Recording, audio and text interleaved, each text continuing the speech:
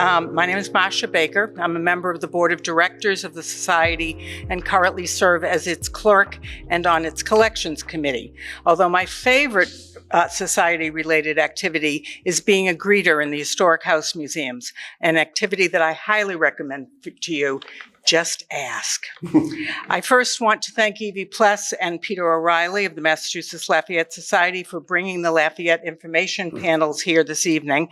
And I hope that when we are finished that you will take a good gander at them. They're wonderful. And if you don't already own Alan's book, it will be available for purchase following the program. 3 years ago, a fellow board member mentioned to me that Lexington should have a marker commemorating Lafayette's 1824 visit. One thing led to another. The marker was installed in Belfry Park in September of 22, and just 3 weeks ago, we staged a reenactment of Lafayette's visit to Lexington on its actual 200th anniversary and on its original location, the Lexington Battle Green. This evening, I have the honor of introducing Alan Hoffman and Craig Sandler, who will speak with you tonight. Alan received his BA in history from Yale before earning his JD at Harvard Law School and then practiced law in Boston for 50 years. An avid reader of American history, a man after my own heart, he first discovered Lafayette, we put that in quotes. I had the same experience discovering Lafayette in 2002 and spent the next 2 years translating, and tell me if I've got this right, Auguste Levasseur? No, not right. I mean, I'm not perfect, but Levasseur. Levasseur. Levasseur. Okay, Levasseur. Auguste Levasseur's Lafayette in America in 1824 and 1825. This firsthand account of Lafayette's farewell tour was written by his private secretary. Alan's book was first published in 2006 and is now in its third printing. And I'll just say, of all of the Lafayette books I've read, I like this one the best. Okay. Let's see. Lafayette visited all 24 states then in the Union during his farewell tour. And Alan has given lectures on Lafayette in each of those 24 states and Washington, D.C. He currently serves as president of both the American Friends of Lafayette and the Massachusetts Lafayette Society. Craig Sandler is a Lexington-based journalist who's lived in Massachusetts and loved history his whole life. He is the co-founder of the affiliated news service, which owns the State House News Service and the Massachusetts Almanac. He's been covering Massachusetts politics and policy since 1988. He started his career at the news service where he covered state, local, and national politics before purchasing the news service in 1996. He's been a Lexington resident since 2013 and a member of the Historical Society since 2014. What took you so long? And is honored to serve as the Society's president during this semi-quincentennial celebration, including the incomparable thrill, he says, of participating in Lexington's Lafayette Returns reenactment. Please welcome my two friends, Craig Sandler and Alan Hoffman.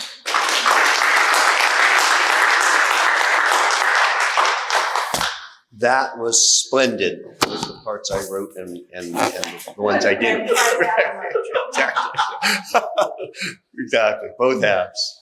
I'll point out, by the way, this is the 26th, and we're at the end of September, and for the Historical Society, and some of you, this concludes Marquee Month, which is a phrase I think Sarah McDonough came up with. And it's really been a wonderful experience to have the times we've had commemorating this strange, fabulous moment of having Lafayette arrive in our town for obvious reasons, but expose his wonderfulness both then and now. We obviously started with the unforgettable reenactment, the only full-scale reenactment in the state of the Lafayette visit. went on to read the Marquis, Lafayette Reconsidered, which was interesting in that it turned out that it was one of the books that kind of was hard on Lafayette, roughed him up a little bit, which I didn't realize. And then obviously we're here tonight. In some ways, this is the most substantial of the events. To take nothing away from the reenactment and its level of detail, Alan has devoted so much time and so much energy and so much talent to this subject. We're really privileged to be able to spend some quality time just with him.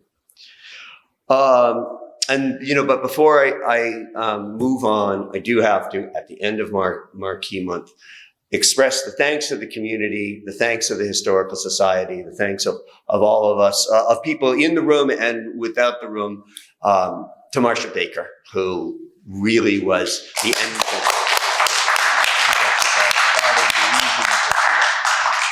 I know I've learned lessons about Lafayette in a larger meaning, and many other people have too, that I never would have learned had you not seen your project through. So thank you, Marcia. And so obviously we're centered here tonight, and Alan did this incredible job. Is anybody holding a copy of the book? Did you see what the book consists of? This incredible job around this incredible event of the tour itself. And it's to me, it's delicious to know that we commemorated the 200th anniversary on the Green, and it was wonderful. People had a great time. The tour did go on for 17 months, 19? 13. Thank you. Thank goodness you're here. 13 months. And it's still September, which means that in the long ago historical continuance of Lafayette's tour, he's barely gotten started. It's September 26th, and 200 years ago tonight, he was at the home of Joseph Bonaparte in Trenton, New Jersey.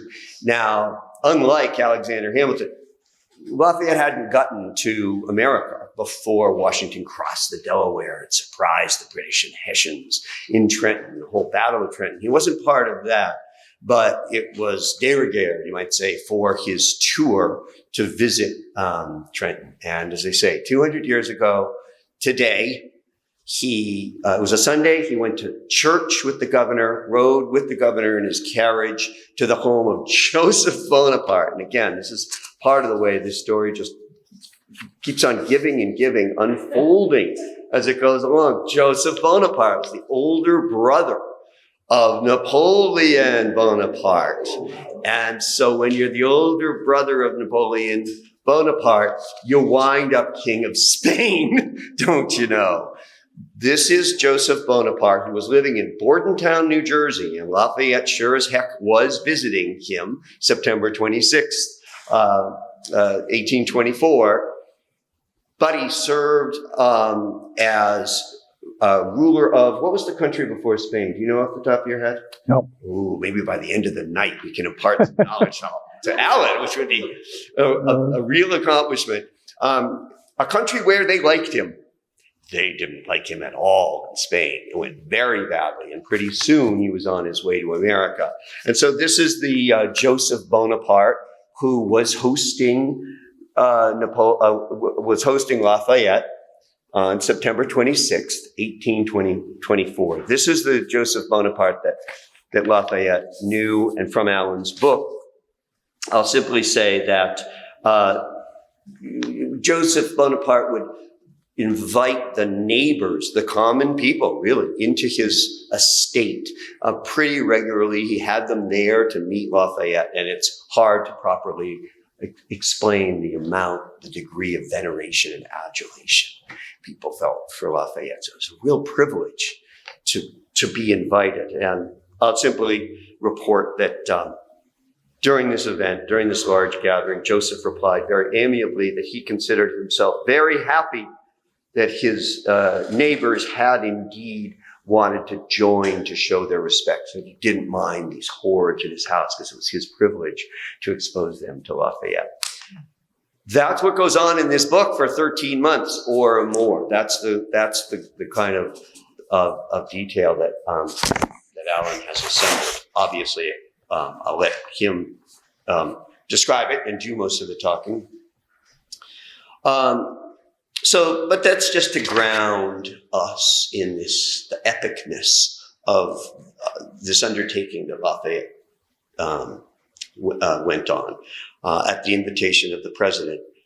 I want to say one other thing I want to ask actually about people's level of knowledge about Lafayette. Did you, like me, discover Lafayette basically pretty recently and find out how complicated and varied and often conflicted his life was? Or did you already, and do you already know a good deal about him?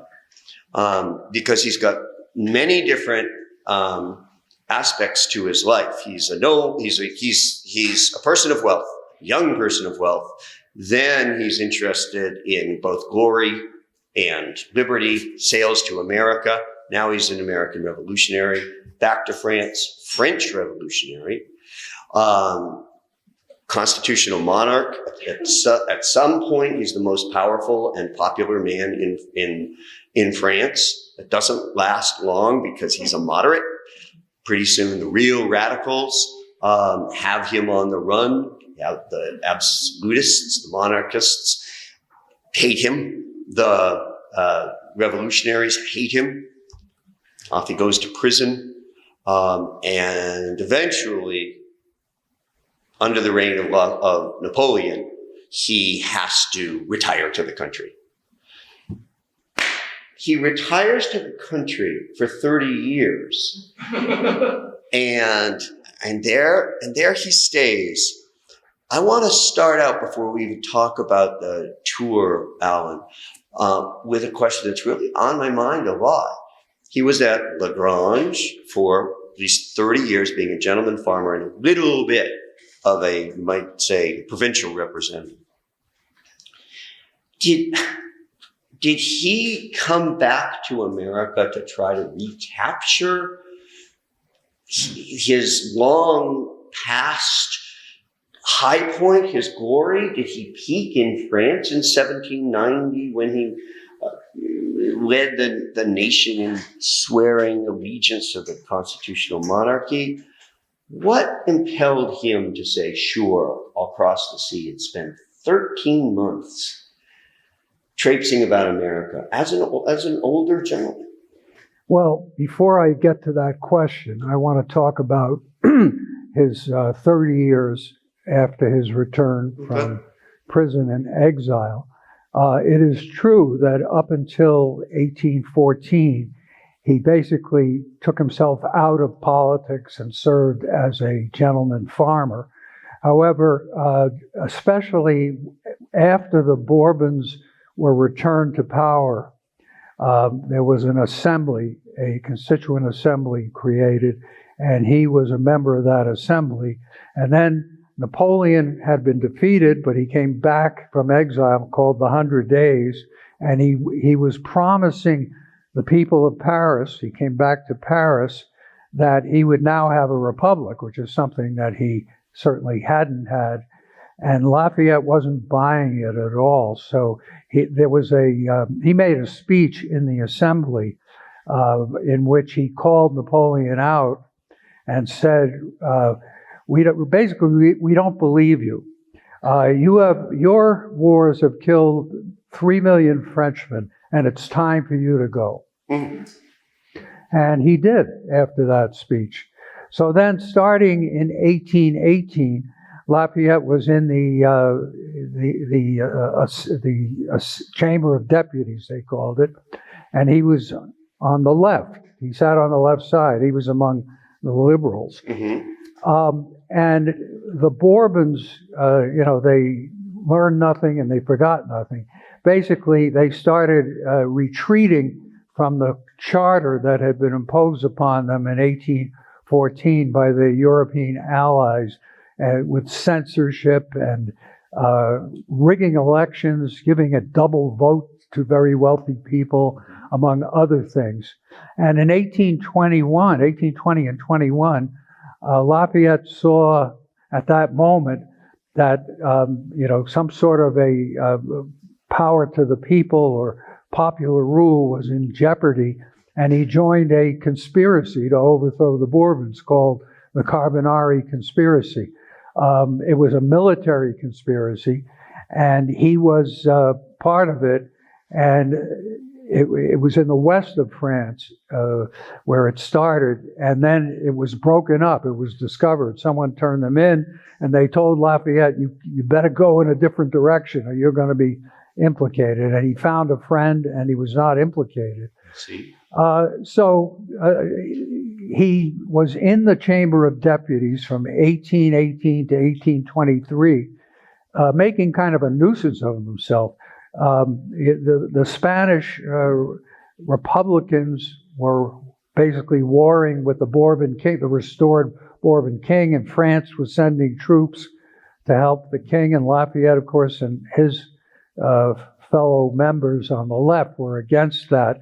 And again, because of the Carbonari conspiracy and because of other things, the way the electoral system had been doctored, let's say, he lost, and they all lost. Most of them lost in early 1824, and that's when President Monroe's invitation came, and he decided to accept it.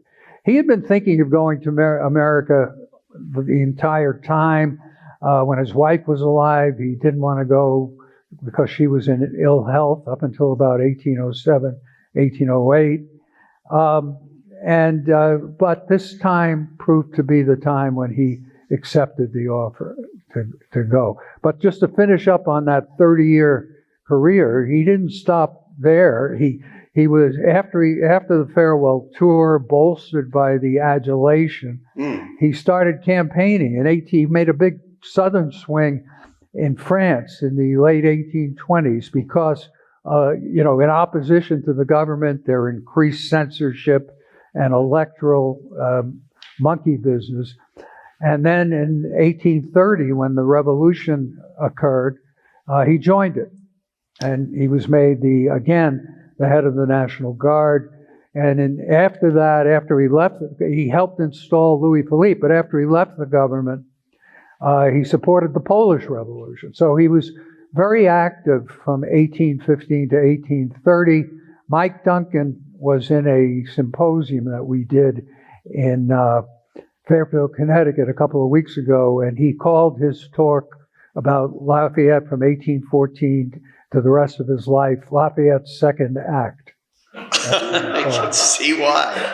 And you're saying that he died a revolutionary, in this case, a Polish revolutionary, supporting another popular democratic revolution in another foreign country. Yeah. And that's how he left this earth. Yeah. I had no idea. Well, his last speech was against the death penalty.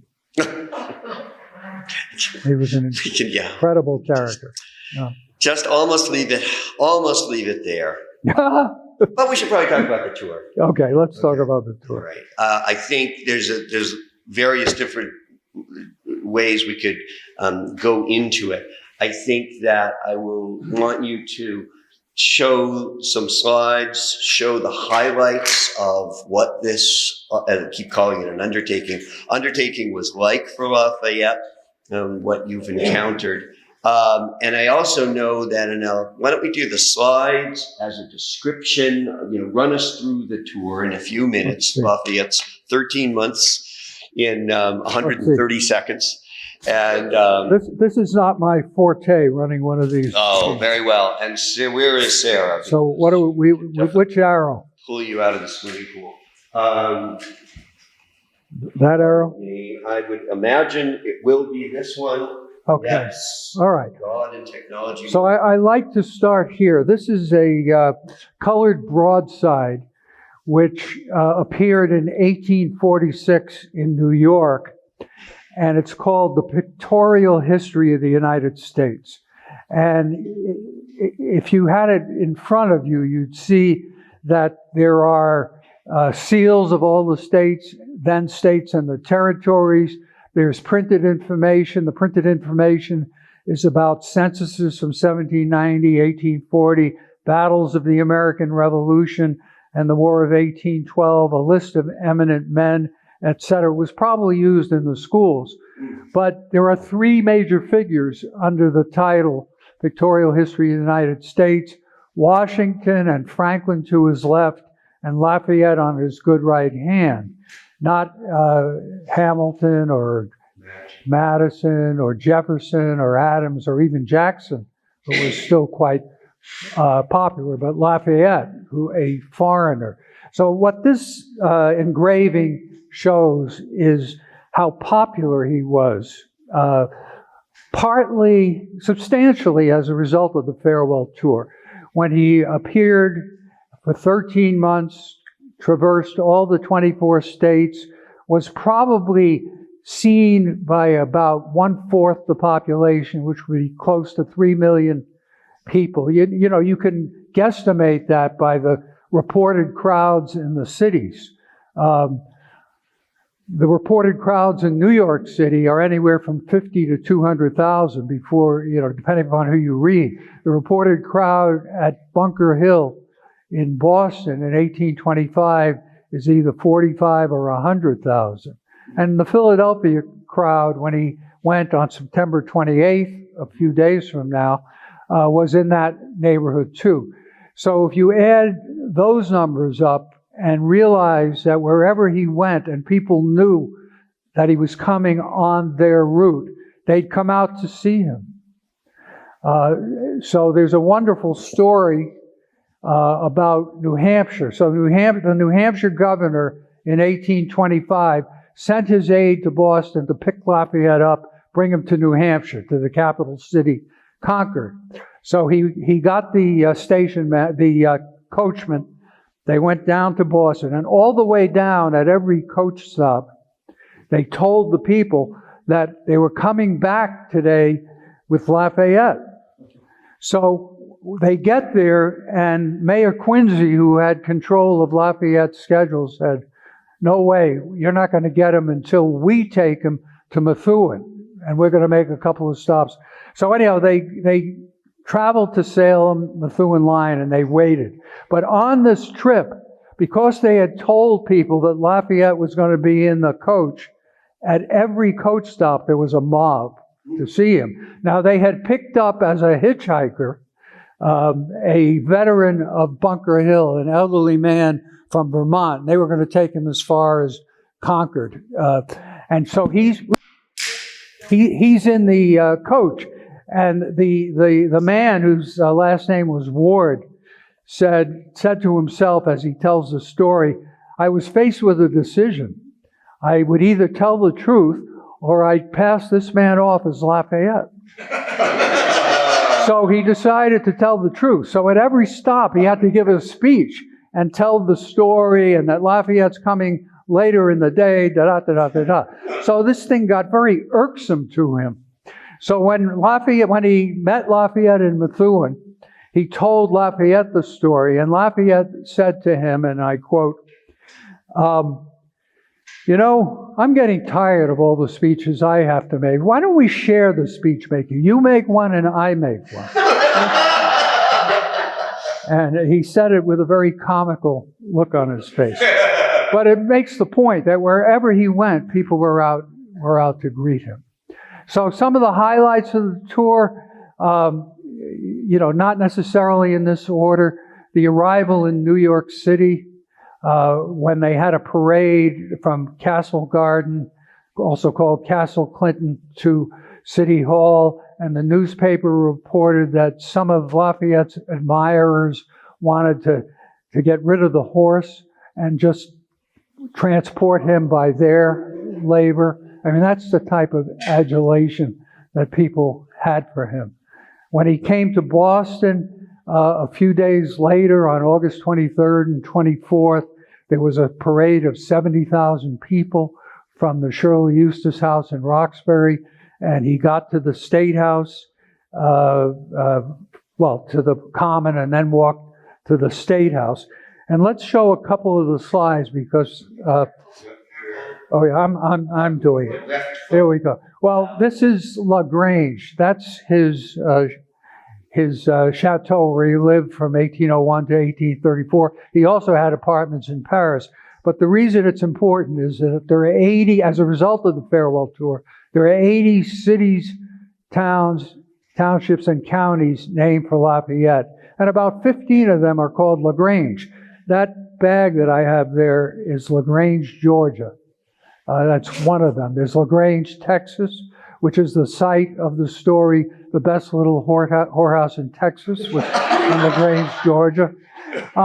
So that's his chateau. It still exists. It still exists. The next slide is, I always wait for someone else to do it. That's one of the statues of Lafayette in New York City. There are three. This one is by Daniel Chester French. It's in Prospect Park, Brooklyn. It was inaugurated in 1917 during World War I. And of course, Daniel Chester French is a famous sculptor. He did many sculptures, including, did he do the Minutemen or did he do the one in Concord? The Minuteman in Concord, and also the Lincoln Memorial. That's the children's statue. That's an interesting story. That picture is in Paris. There's a direct copy in Hartford, Connecticut, behind the State House. Ella Grasso, when it was originally set, the back of the horse was facing the State House. She didn't like that, so she had them turn it around in the State House. But it was given by the school, it's called the children's statue because school children of America raised the money for this statue. There was a sculptor by the name of Bartlett, who was an expatriate in France, and they commissioned him to do it. And it was supposed to reciprocate for the Statue of Liberty. It was like our gift back to France as a result of France giving him the Statue of Liberty. The next slide is another statue in New York. Actually, there are four in New York. This one is Bartholdi, who did the Statue of Liberty. It's Washington and Lafayette clasping hands.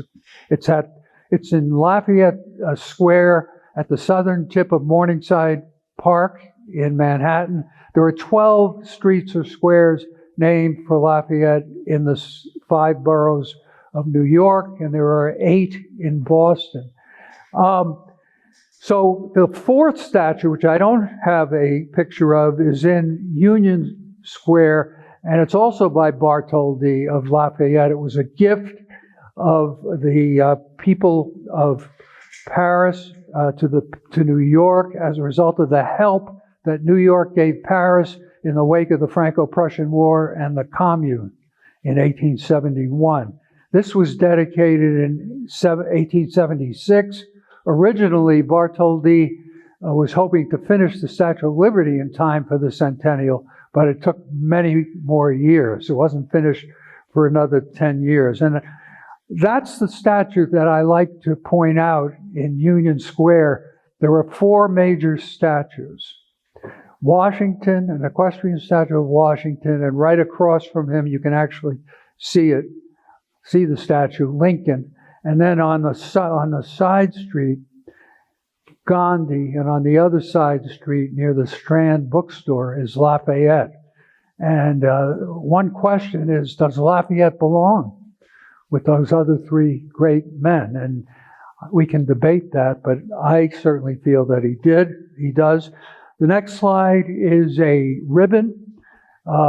This ribbon was worn by a teacher in 1824 when Lafayette crossed the Boston Common, lined by, it's the footprint between Boylston Street and the Boylston Street subway and the Park Street subway. And it was lined by school children, girls on one side, boys on the other, all wearing Lafayette badges. That's a scarf made in Philadelphia in 1824 with patriotic symbols. Another farewell tour artifact. Those are Lafayette gloves with his image imprinted on it. Now, there's a wonderful story. There's more than one, but my favorite is in a book of fiction, Louisa May Alcott's An Ordinary Girl, in which a grandmother is telling her grandchildren and a family friend about Lafayette's visit to Madame Hancock, John Hancock's widow. And it did occur because it's in a newspaper account that he visited, and they described her as the relict, R-E-L-I-C-T, of Governor Hancock. Of course, she was no relic. She had married subsequently to a sea captain, and she was like 20 or 30 years younger than John Hancock. So she was still around in 1824. So anyhow, Lafayette goes up the stairs, as the story is told. He bows to the governor's picture on the wall, and then he takes Madame Hancock's hand and kisses her hand. And then the grandmother telling the story says, and that was droll because the gallant old man kissed his own face. And then, as if to avoid any further self-salutations, he kissed the pretty young girls on the cheek. Here, my dears, is where he saluted me. I'm as proud of it now as I was then, for he was a great man and he helped us in our trouble. Now, I think this story has a ring of truth to it. It was early in the farewell tour, so these gloves, it was like within 9 days of when he arrived. And Louisa May Alcott's mother, Abby May Alcott, was a relative of Dorothy Hancock, and very likely, would have been about 20 years old at the time, very likely was at this interview with Lafayette. This is one of the paintings from the farewell tour. It's Samuel F.B. Morse, Lafayette. It's owned by, it's in the Senate chamber in City Hall, New York. It was commissioned by the city. It shows, according to Morse's own description, it shows Lafayette contemplating the bust of Washington and Franklin with a pedestal waiting for his bust to be put on it. The next slide is a monumental portrait by the Philadelphia painter, Thomas Sully. If you ever wanted your image to be preserved in the most favorable light for your posterity, you hired Sully. Go look at his paintings in the Museum of Fine Art. So this, you can see the difference between this painting of Lafayette and the other one by Samuel Morse. The next slide is the Cadmus. This is the only known image of the ship that Lafayette came across on. He was offered a frigate by President Monroe. He turned it down and said, I'm going to take a commercial vessel. And he came with a party of 4, basically. His son, George Washington Lafayette, named, of course, for his mentor, George Washington, Levasseur's private secretary, and a valet by the name of, what they called him Bastien, but Sebastian Wagner was his name. The next slide is, I want to make sure I got this right. Yeah, this is Fort Lafayette. When they arrived in 1824, the cannon of Fort Lafayette welcomed him as they went from lower New York Bay to upper New York Bay. It was a Sunday, and it was decided that he shouldn't come into the city, which was Manhattan at the time. So he was diverted to Staten Island, and he stayed that night at the home of the then vice president, who's not a household name, but his name is Daniel Tompkins. He was a former governor of New York. He was an abolitionist, and he was quite an accomplished person. There's a neighborhood in Staten Island called Tompkinsville, named for him. So that, then the next slide is one of the ceramics from the farewell tour. It shows, and this is probably the most famous ceramic and most common. It shows Lafayette's arrival at Castle Garden. At the time, this is in the Battery. At the time, Castle Garden, which was originally a fort called Castle Clinton, it was actually in the water, the bay, and it was connected, you can see, by a, what would you call that, a pathway. Subsequently, there's been a lot of landfill, and currently that same building that you see there looks like this. It's in the Battery. It's the same shell of a building. It had a interesting career. It was decommissioned just in time for Lafayette to arrive as a fort in 1824, and it was given to the city of New York. It became an amusement center, which it was until the late and Jenny Lind, there's a famous Currier and Ives print of Jenny Lind performing at Castle Garden. And then in the 1870s, 80s, before Ellis Island, it became the Immigration Center. And then when Ellis Island was constructed, it became the New York Aquarium until the 1940s. It is now the ticket office for, if you want to go to Ellis Island or the Statue of Liberty, you buy the ticket in a little gatehouse inside Castle Garden. This is a piece of furniture made by Vos and Sons. When Lafayette came to Boston in 1824, the city aldermen went all out. They bought about 80 pieces of furniture. They rented half of the Amory House, which is right on the corner of Beacon and Park, and they filled it with furniture. They leased chandeliers, mirrors, etc. They rented 5 portraits, Gilbert Stuart portraits, from a Mr. Doggett, one of each of the 5 presidents, so that Lafayette could be with his friends when he was in Boston. Then they also provided a barouche, a coach, and 4 white horses for the time that Lafayette was going to be in Boston, which was about a week. This is the couch that was in Lafayette's apartment. It belongs to Historic New England. It was on exhibit a couple of years ago at the Massachusetts Historical Society. This is another glove. This one came down in the family of the Quincy's, Josiah Quincy's daughter, whose name is Eliza Quincy. And it's likely the type of glove that was available when Madame Hancock greeted Lafayette in 1824. The next slide you should recognize. That's the banner.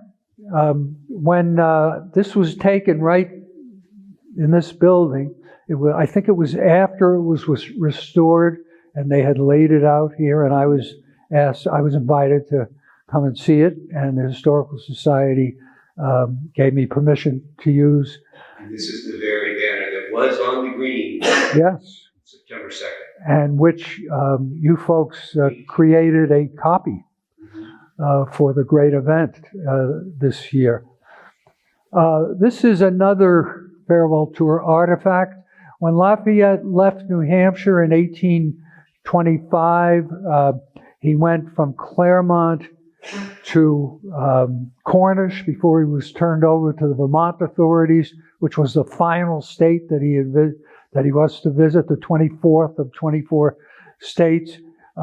Dr. Jarvis had this carriage. He lived in Claremont, and he got the privilege. He was a town father. He'd given the speech the night before. He got the privilege of taking Lafayette in this carriage. It's called a basket wagon. It was donated at some point by the Jarvis family to what used to be called the Long Island Museum of Art, History, and Carriages. It's in Stony Brook. They have a big carriage barn. They have a lot of carriages, but now they've repurposed and they're now called the Long Island Museum. But it's in Stony Brook, New York. And the next slide, this takes place, this incident, which is shown here, takes place on July 14th, 1825. Lafayette is about to leave New York City for the last time. He made 3 separate trips to the city in 1824 and one in 1825 from July 4th to July 14th. And as he was leaving, a militia unit, an artillery unit, which had renamed itself National Guard in honor of Lafayette's service in the Parisian National Guard in the French Revolution, was there to greet him. And Lafayette went down the line shaking hands, it says in the newspaper accounts, with the officers.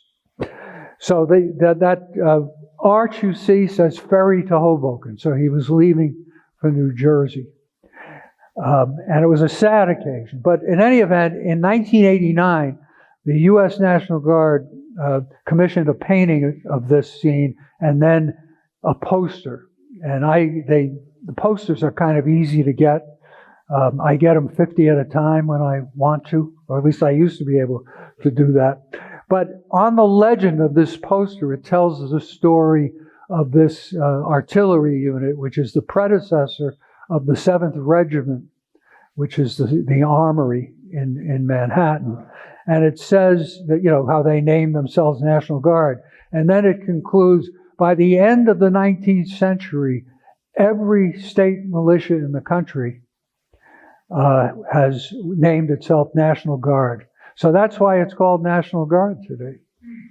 It's all relating to Lafayette and his service in the Parisian National Guard. So that's the last slide, I think. Yes. I'm sorry, yeah. If anyone would like a steep discount on a microphone, just see me after the event. So I want to make one more point about the tour. One of the, he went to the West. He traveled a total of about 6,000 miles. Wherever he could, he used the steamship, which was available, especially up the Mississippi and Ohio. There's a shipwreck on the Ohio where they almost lost their lives, but they lost some of their belongings. And then he came back, and his North Star in coming back was Bunker Hill, because in 1824, he was invited to help lay the cornerstone of the monument. And he said, if I'm still in the country, which he wasn't sure of, I will be there.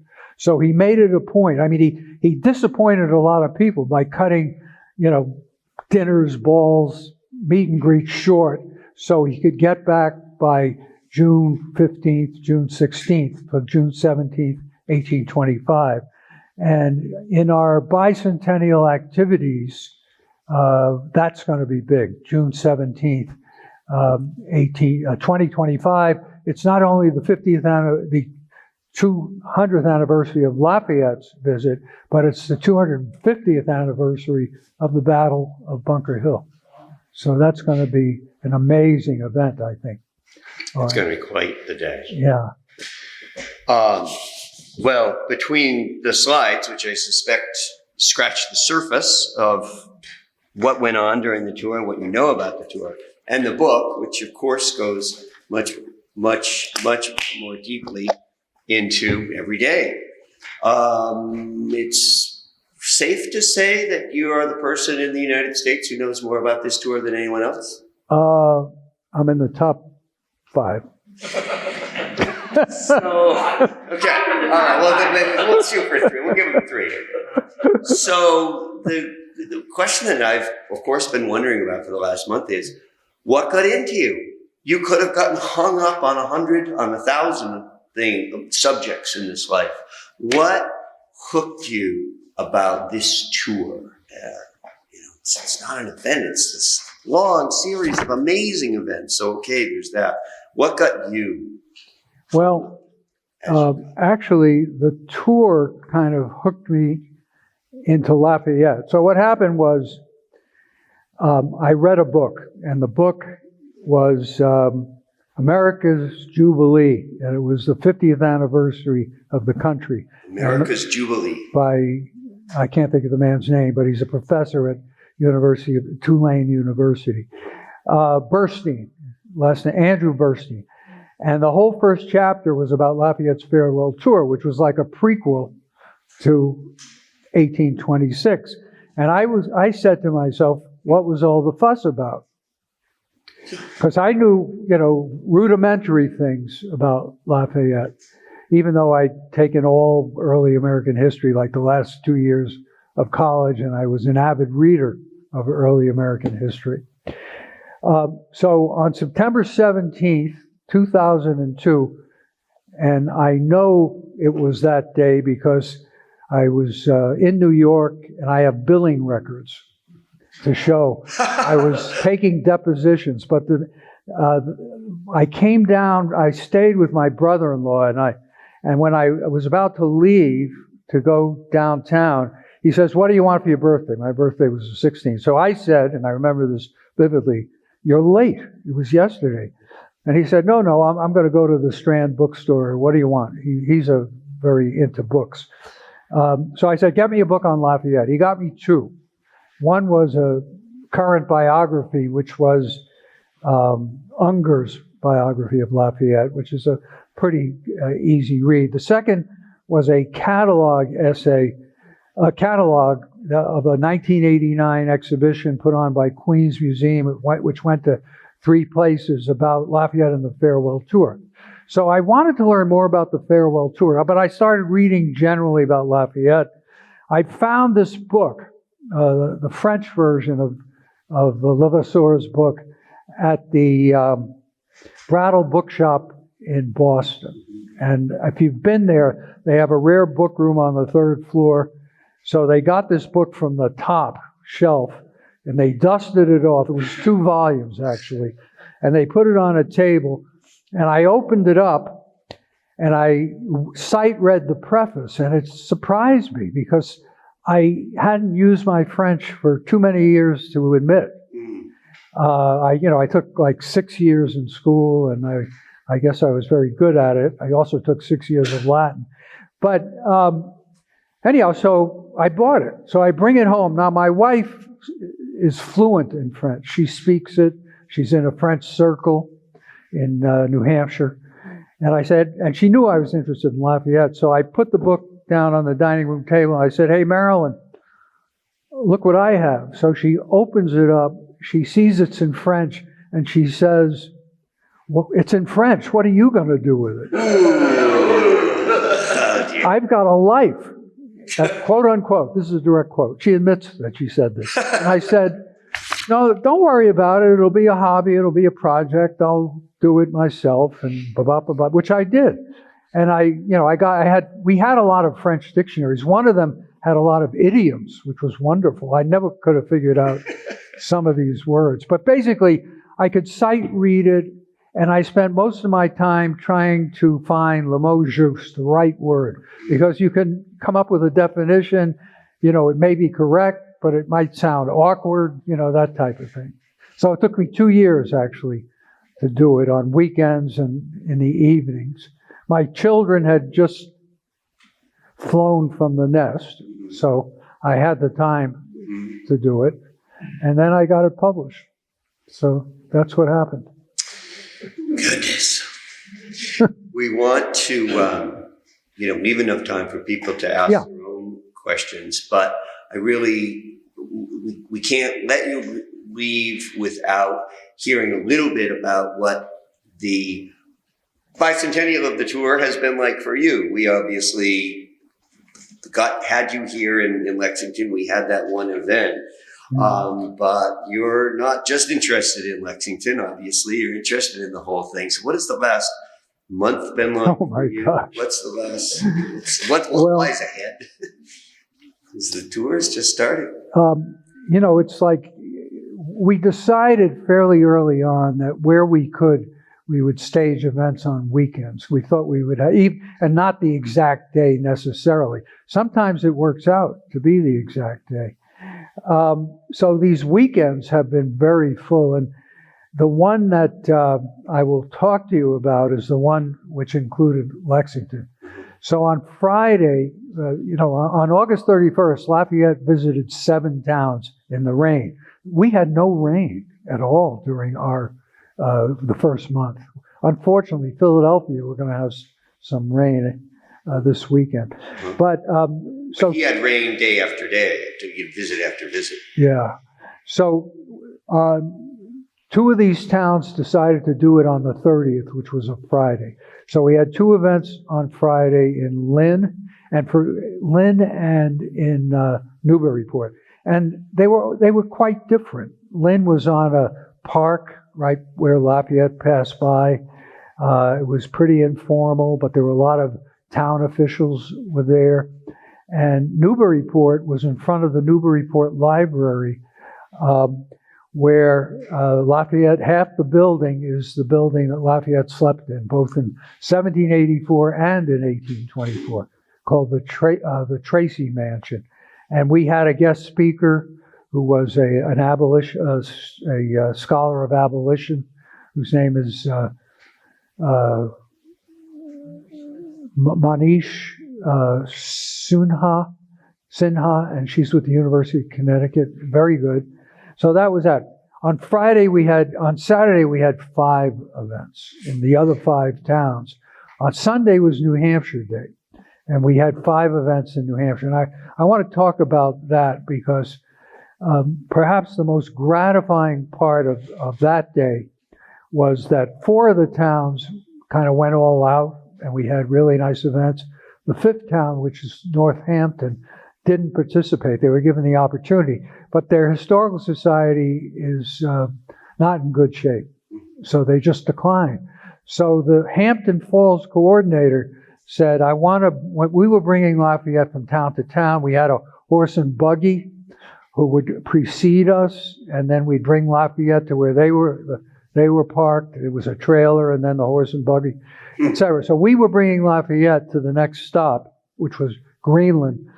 And she wanted to do a photo op with Lafayette in front of the Lafayette Trail marker in Northampton. So we arrive, and there are 10 people waiting for us, just like in 1824. There was no event. They heard about it. They heard Lafayette was passing through, and they wanted to see, which I thought was absolutely fantastic. Yeah. So then, of course, we had Labor Day. Was that our big day, Labor Day? Oh, yes, it was. Yeah, and that was fantastic. And again, each event was different and all wonderful. Arlington, the Historical Society was out on the lawn. They had put up an exhibit of Lafayette things. The reenactor was there. He just didn't make any speeches. He just chatted with people for an hour or two. And it was just a nice kind of low-key event. And then, of course, you know what Lexington was like. That was spectacular. Did you ever get an aerial of that? I was a drone photo with all those people in the circle like that. That would have been wonderful. Yeah. And Concord was different. Yeah. 50 years, perhaps. Concord was different. They, as they often do, they did their own thing. It was basic. They did Lafayette. They had a horse and carriage. They brought Lafayette. They had a brief speeches. They got someone, or I helped them get someone who was a direct descendant of Samuel Hoare. He's a judge in Vermont, actually. And he gave Samuel Hoare's speech, and Lafayette replied. Then we all went into the church, and they just had lectures, for a couple hours, or an hour and a half. So it was quite different. Bolton was, I didn't go to Bolton. Peter went to Bolton. We had an S.G.S. Wilder descendants. Yeah. And actually we had 2 left. It was almost simultaneous, overlapping time with the Concord event. So we had different Lafayettes. A new Lafayette, a replacement Lafayette came to Bolton. And then the next day, there were 8 events in Worcester County. Peter did the morning, and I joined him at Worcester for the last 5 or so. And one of them would qualify as a full-scale reenactment. Don't say that. Okay, that's right. I think so. So you had 5 events, 6 events, 8 events. Yeah, it was like 20 some odd events that weekend. I almost hesitate to ask whether there are moments coming up that you're looking forward to at this point. You want to just I would say stay there, but no.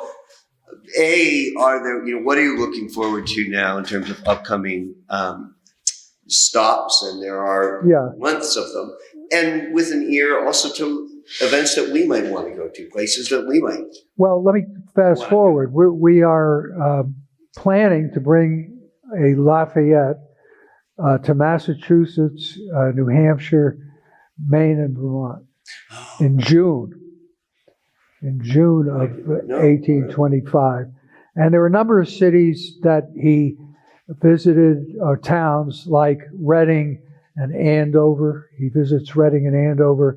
He probably visits Worcester again on his way from west, but also... We'll have a breakfast in Worcester.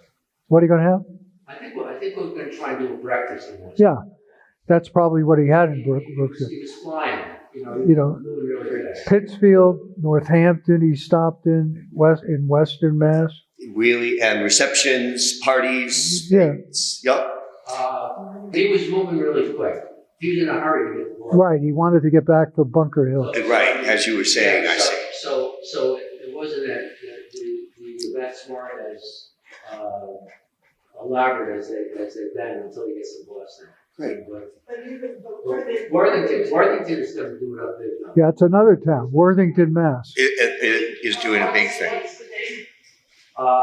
It's like the 13th, maybe? 13th of June. June. So we're planning that, but just to give you a couple of the highlights now, Yorktown is going to be big. Yorktown and Williamsburg from the 18th to the 21st of October. It's the day of the surrender is October 19th, and the AFL is there every surrender day. We're one of the American Friends of yes, yeah. We're one of the 13 organizations that kind of run the day. On a normal surrender day, there are parades, dinners, etc., speeches, outdoor speeches. But this year is going to be big. Fascinating phenomenon for our crowd because, of course, it hadn't occurred to me until right now that there's an annual commemoration of the surrender at Yorktown. We annually commemorate the first shot. Right. They commemorate That's true. The last meaningful shot. You could be sister cities and send people to each other's events. We'll have to work on that. More, yeah. Okay. Yeah, that'd be fun. Delightful. But this year we're going to land like he did in 1824. We're going to land him on a boat to Yorktown. There'll be fireworks at night. I mean, there's a lot of stuff going on. So and it's October 2024, not 25. Right. It's October 2024. So that's going to be big. What else? I just was told that I have to go to Baltimore, which is October 7th and 8th. See? There's going to be an event at Fort McHenry.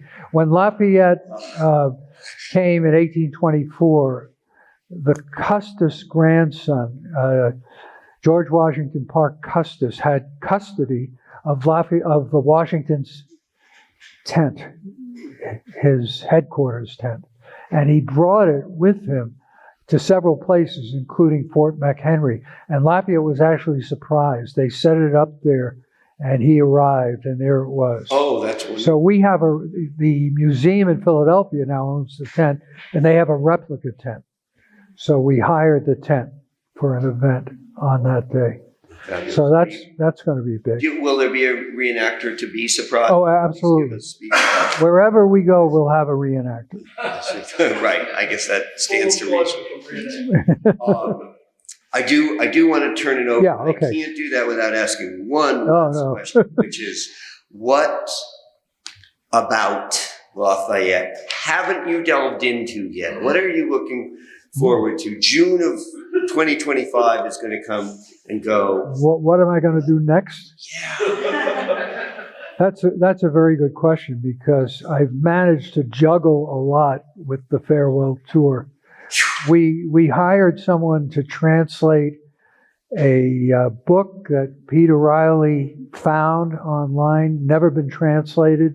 It was two Frenchmen who Lafayette and Levasseur enlisted, because when Levasseur sent dispatches back to France during the farewell tour, that was one of the purposes, by the way, to educate the French public about the success of the American experiment, to get them ready for a similar experiment.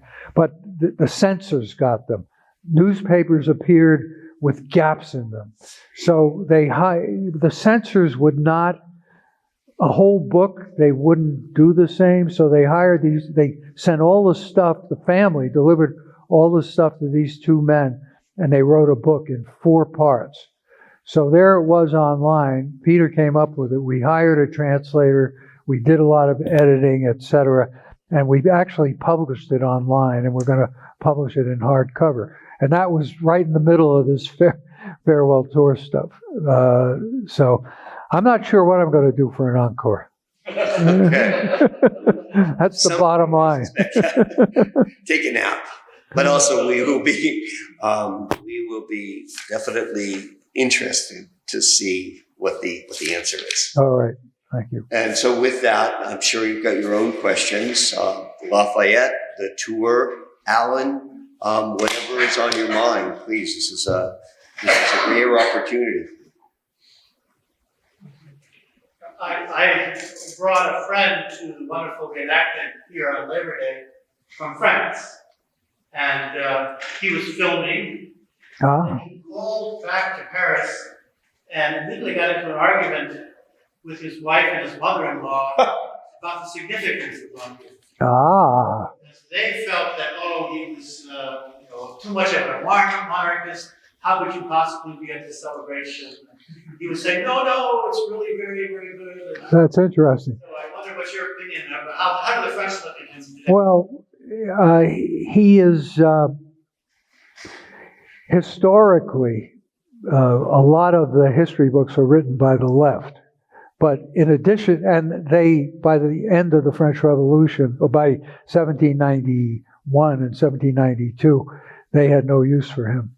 And in fact, the Jacobins sent a commission to arrest him in August of 1792.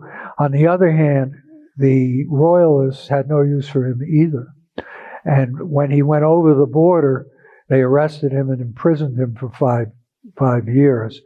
And that kind of feeling has persisted to some extent in France. People on the left have no use for him, and people on the right similarly have no use for him. To this day. To this day. An example of that was in 2007. President Sarkozy was a big fan of Lafayette's.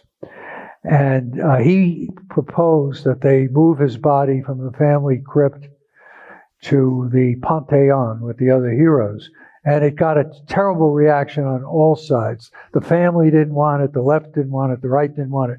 But the Le Monde is a leftist newspaper, and there was an op-ed, signed op-ed, saying, how could he even think of that? Lafayette was a traitor to the revolution. He abandoned the revolution when he went over the border. I mean, he would have been executed if he didn't go over the border. But that's the feeling. On the other hand, there was around the same time, there was a poll taking about who the most admired historical figures in France were, and he was second to Napoleon. So they have mixed feelings about him. That's interesting. But I think you'll find if you're on the left, clearly on the left and clearly on the right, you have absolutely no use for Lafayette. Yeah. And you got into an argument in real time. Along the same lines. Horrible for you. Anyone else? Yes. Hi. My name's Cheryl. We're from LaGrange, Illinois. Hey now. And the reasons it's named LaGrange is because our founder was from LaGrange, Tennessee. So he moved from there to Illinois and named our town LaGrange.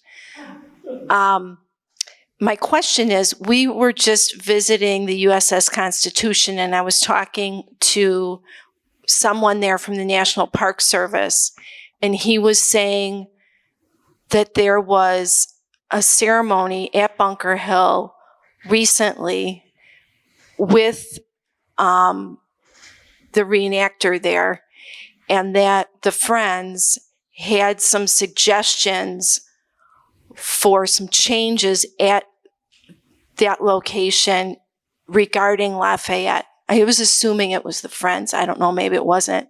But I was wondering what those changes are about. Have you heard what they are? I was wondering what they are. I'm not sure about the changes, but the American Friends of Lafayette, on Sunday the 25th, we had 3 events.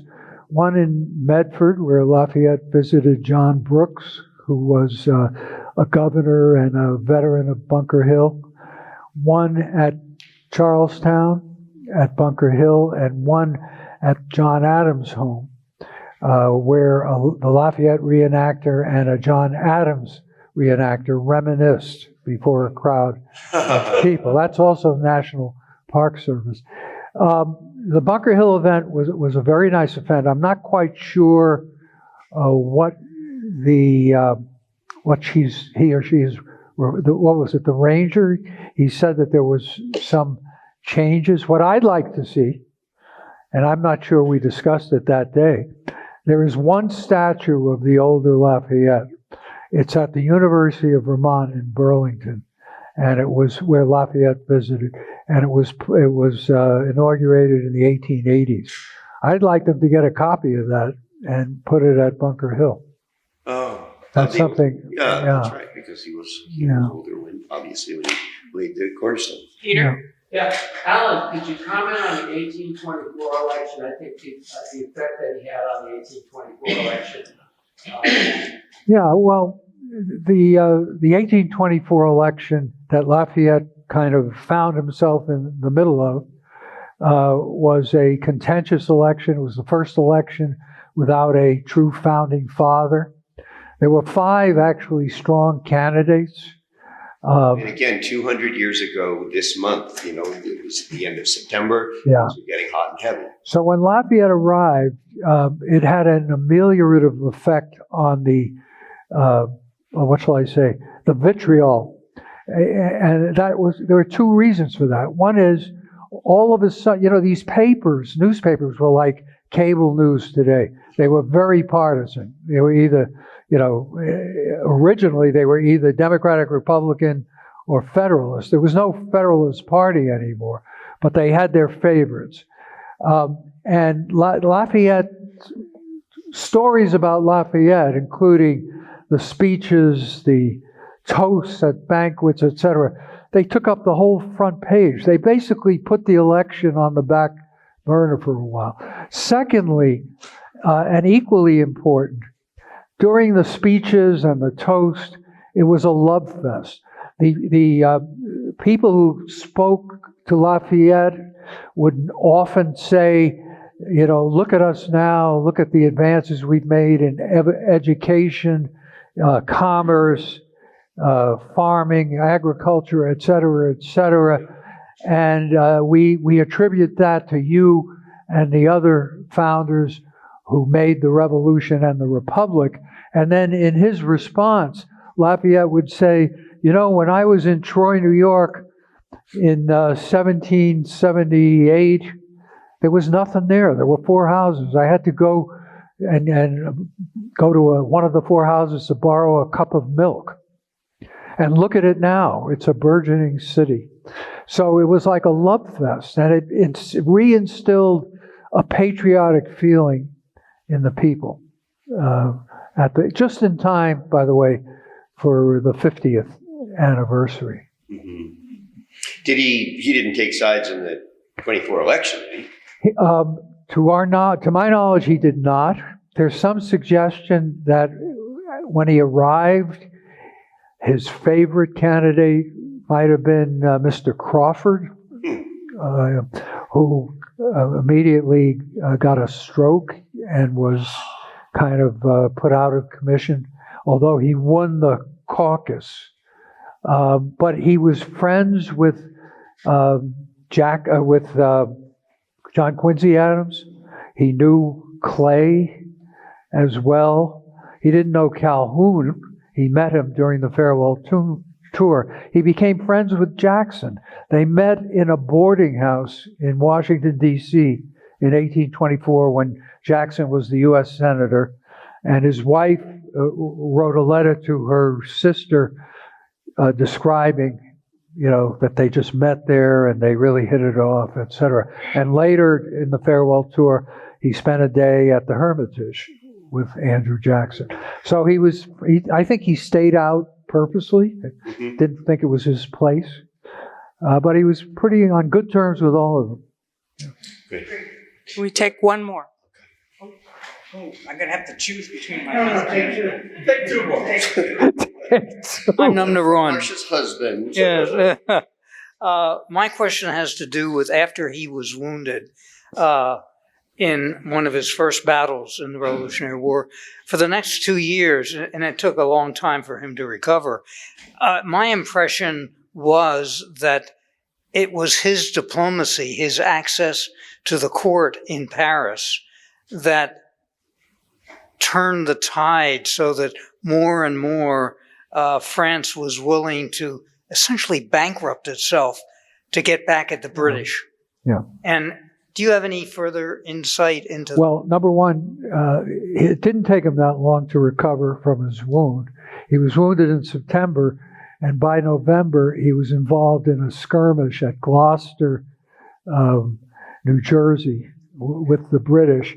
And by December, Washington was so impressed with him, not only his courage, but also his prudence in war councils, that he gave him a command, because he was originally a volunteer. He didn't have a command. But to your point about his diplomatic role was exceedingly important. He went, after the Rhode Island campaign in 1778, he got leave from Congress to go take a furlough and go back to France. And during the year 1779, he lobbied. He was now the expert and a hero, the expert on the insurgency. And he lobbied with the king. He had access to, in particular, the foreign minister, Vergennes. And his plan was a French ground force. The French had sent a fleet under the Count d'Estaing in 1778 after they signed a treaty with us. But Lafayette's plan, and the fleet had not been successful, in particular at the Rhode Island campaign. But Lafayette said, we need land troops, we need more loans, more ammunition, we need the fleet, etc. And he wrote a memorandum. And one history book writes about this period and Lafayette's involvement. The title of the chapter is Lafayette to the Rescue. So finally, in 1780, they approved his plan. They sent Lafayette back on the Hermione, which is the ship, the replica ship, came up the coast and to Boston in 2015 to tell Washington that this help was coming.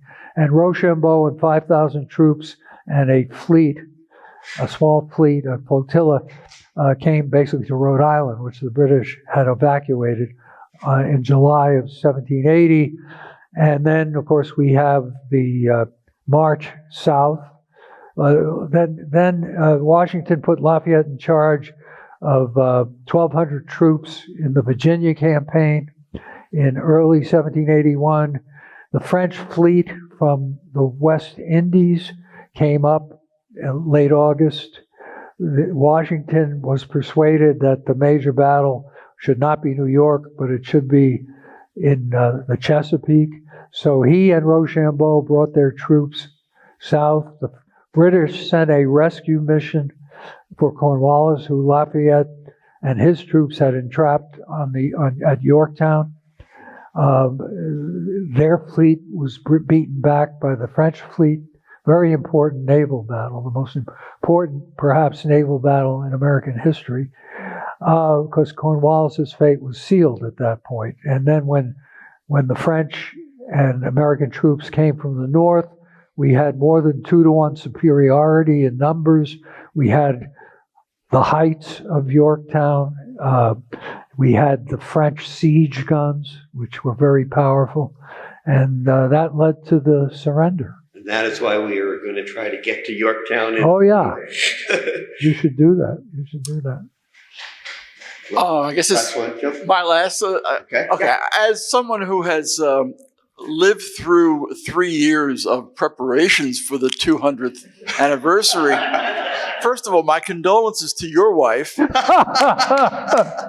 But also, I wonder, was there a 100th anniversary of Lafayette's return? Great question. Peter, why don't you tackle that one? There was actually, oddly enough, there was a 150th sesquicentennial commemoration in Stowe. So, And there was a 100th in Vermont. He laid the cornerstone of the University of Vermont when he was in Burlington. And they had a pageant. There were others that were off. In Lancaster, they had a pageant in 1912, and they commemorated all the historic things that happened in Lancaster. And that was Lafayette's visit was a big part of that. And the same thing happened in Arlington, big pageants around 1912 or so, and that was one of the things that was commemorated. Also in Sturbridge. But again, that was the... so there wasn't a national effort.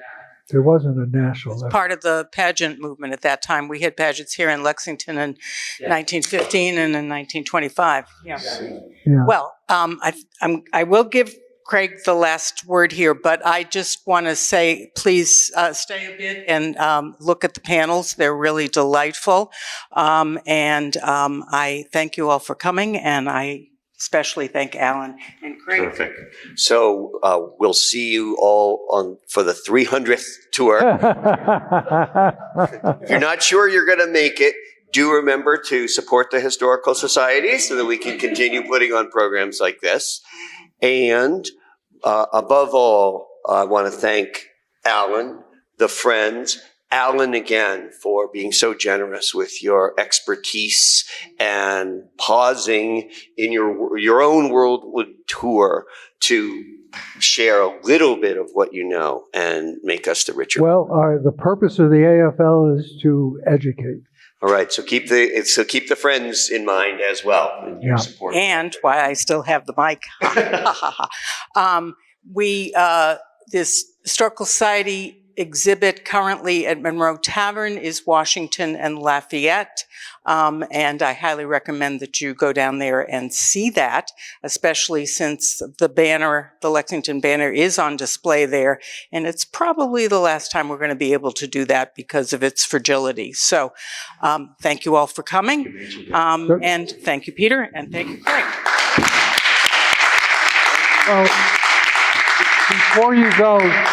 before you go, take a look at these three objects. Yeah, I asked Alan to come with some show and tell, and these are a few of his own personal treasures. When Andrew Jackson vetoed the Second National Bank, state banks issued money, legal tender.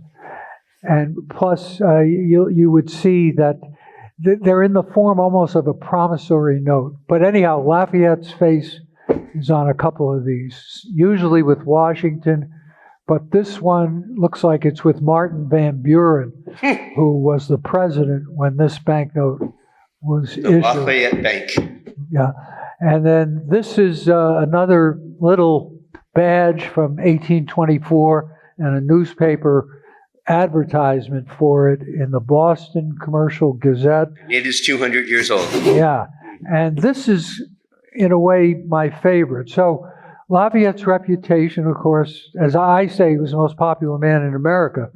In 1840, when William Henry Harrison, Tippecanoe, and Tyler, too, ran for president, he had this badge, and there's more than one version of this, in honor of the founders and defenders of American independence. The two founders in a frame are Washington and Lafayette.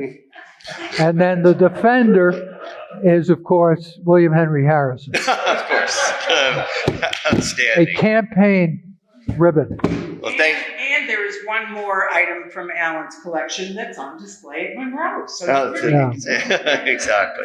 All right, so now he's shared his knowledge and his treasures. One last